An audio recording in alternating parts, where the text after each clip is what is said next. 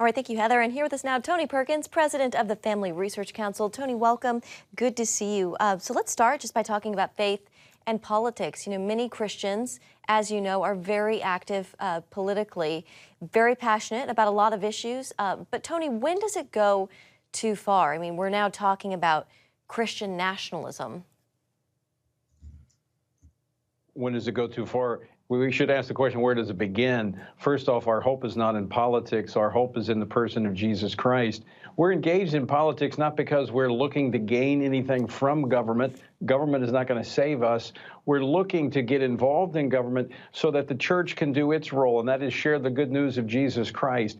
And so I think as we see the increasing secular nature of our government and becoming more hostile toward religious faith, you know, there's sometimes those lines are blurred. But for those who follow the Lord Jesus Christ, our role is to be salt and light in the world around us, making room for us to be able to live out our faith in such a way to impact the lives of others. That's what we're looking for in government. We don't want government to mandate it, but we don't want government to mandate that we can't live for Christ either.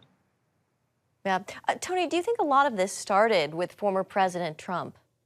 No, this has been going on since the moral majority. I've been around a long time, going back to as a student at Liberty University, you know, when Dr. Falwell began the moral majority. I wasn't there then, but I watched it from a distance. And look, they come up with these different, the religious right was kind of a title that they thought was derogatory, but then it was embraced as a badge of honor. So now they've come up with Christian nationalism because it has negative connotations. As long as there are Bible-believing Christians in America, they will be involved in the government of their country. We're called to be as such. Now, again, it's not because our hope is in government, it's because we're to be an influence upon everything around us. Tony, I want to ask you about something former President Trump recently said in an interview with ABC News. He called it common sense for January 6 rioters to chant, "Hang Mike Pence." I'd like to get your thoughts on that, Tony. Well, you know, I agreed with the president on almost all of his policy decisions. I didn't agree with him on a lot of his political decisions.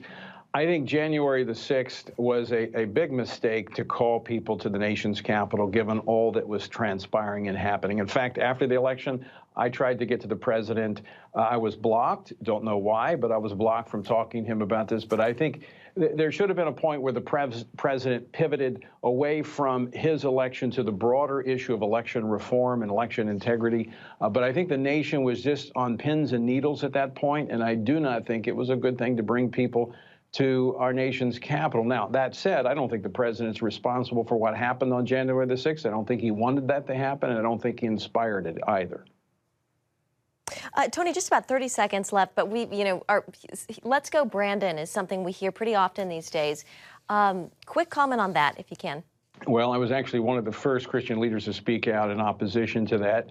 One of my biggest social media posts, a lot of reaction to it. I think it's wrong. We should be praying for our leaders. I disagree with almost everything this administration does, but I'm going to pray for them. I'm not going to curse them because that's what God tells us to do. All right, Tony Perkins with the Family Research Council. It's always good to see you, Tony. Appreciate you coming on tonight. Thanks.